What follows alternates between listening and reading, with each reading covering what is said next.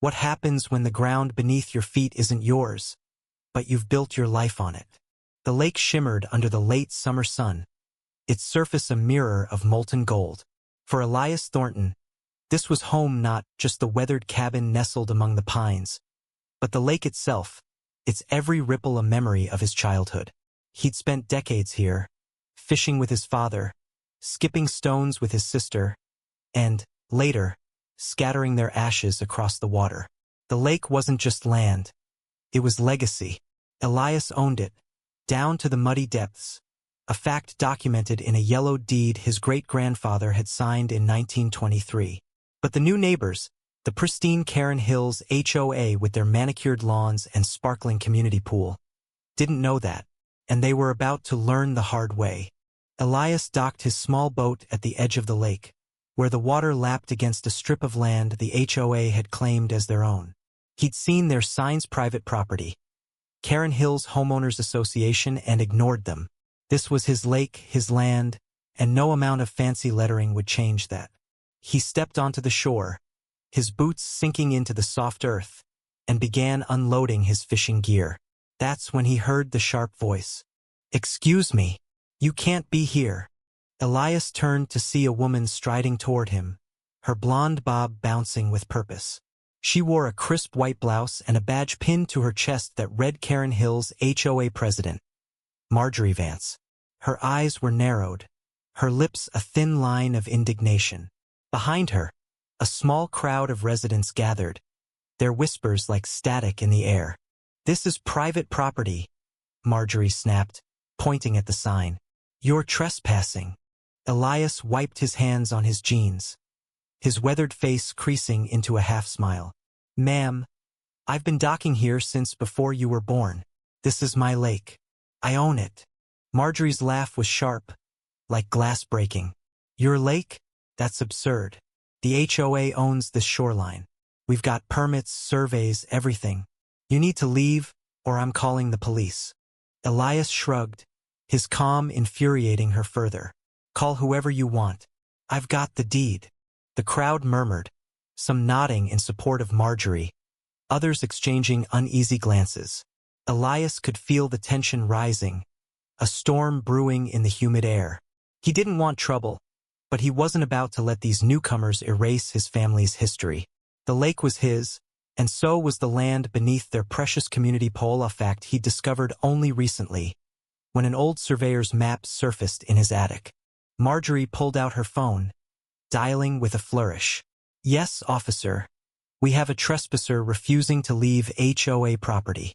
Please send someone immediately." She hung up, her smile triumphant. "You'll regret this."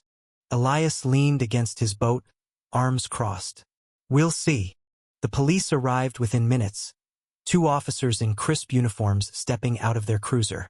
The taller one, Officer Daniels, approached with a notepad in hand. "What's the issue here?" Marjorie launched into her tirade, gesturing wildly at Elias and the boat. The crowd grew, their phones out, recording the drama like vultures circling a carcass. Elias stayed quiet, letting her exhaust herself. When she finished, Officer Daniels turned to him. "Your side." Elias reached into his jacket and pulled out the deed, its edges frayed but the ink still clear. "This lake, and the land around it, has been in my family for a century. That includes the strip you're standing on and the land under their pool." The officer's brow furrowed as he scanned the document. Marjorie scoffed. "That's fake. Our lawyers vetted everything when we built the community." "Then your lawyers missed something," Elias said, his voice steady but laced with steel. "Check the county records. Lot 47A, Thornton Estate. It's all there." The officers exchanged a look. Daniels handed the deed to his partner, who headed back to the cruiser to radio the station. The crowd's whispers grew louder, a mix of curiosity and unease. Marjorie's confidence faltered, but she doubled down. "This is ridiculous. He's lying to stall. Arrest him." "Ma'am, calm down," Daniels said. "We'll verify the deed." As they waited, a new figure emerged from the crowd, a man in his 60s, wiry and sun-weathered, with a limp that suggested old injuries. His name was Amos, a groundskeeper for the HOA, though Elias had never seen him before. He carried a worn leather journal, its pages yellowed like Elias's deed. Amos raised a hand, his voice quiet but firm. "He's telling the truth." The crowd fell silent. Marjorie's eyes widened. "Amos, what are you talking about?" Amos opened the journal, revealing sketches and notes in faded ink. "My father worked this land before the HOA existed. He told me stories about the Thornton family, how they owned the lake and the land beneath what's now your pool. I found his old survey notes last week in my attic. They match Elias's deed." The twist hit like a thunderclap. Marjorie's face paled, and the crowd erupted in murmurs. Amos, a man they'd barely noticed, had just appended their narrative. Elias felt a flicker of gratitude toward the old groundskeeper, but his focus remained on Marjorie, whose hands were trembling. The second officer returned, his expression grim. "County records confirm it. Lot 47A belongs to Elias Thornton, including the subsurface rights under the HOA's pool." The crowd gasped. Marjorie staggered back, her voice shrill. "That's impossible. We built that pool legally." "Legally on land you don't own," Elias said, his tone heavy with the weight of truth. "Your HOA leased the surface rights from the county, but the subsurface? That's mine. Always has been." The officers turned to Marjorie. "Ma'am, this is a civil matter now. You'll need to take it up with your lawyers." Marjorie's face contorted with rage and disbelief, but she had no words left. The crowd dispersed, some casting sympathetic glances at Elias, others muttering about lawsuits. Amos approached, his eyes meeting Elias's. "My father always said the Thorntons were good people. I'm sorry it came to this." Elias nodded, clasping Amos's hand. "Thank you. Means more than you know." But the victory was hollow. Elias returned to his cabin that night, the deed heavy in his pocket. He could have demanded the HOA tear down their pool, could have sued for millions. But what would that solve?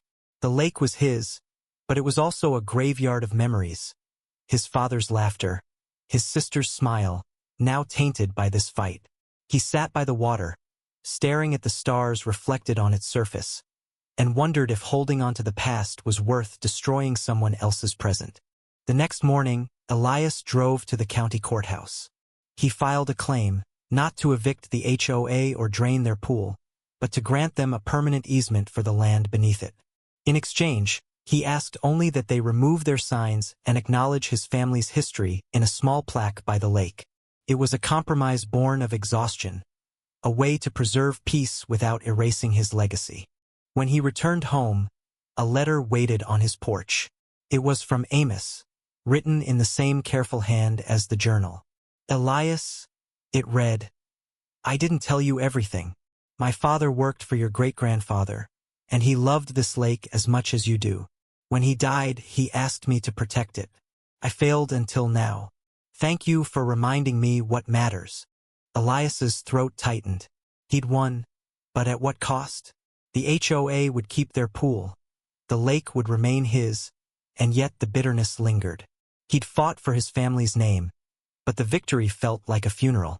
The lake, once a sanctuary, now carried the weight of a community divided, of neighbors who'd never look at him the same. He walked to the shore one last time, the water lapping at his boots, and whispered, "I'm sorry, Dad. I tried." The stars above offered no answer, only silence. And in that silence, Elias understood. Some battles, even when won, leave only scars. ND.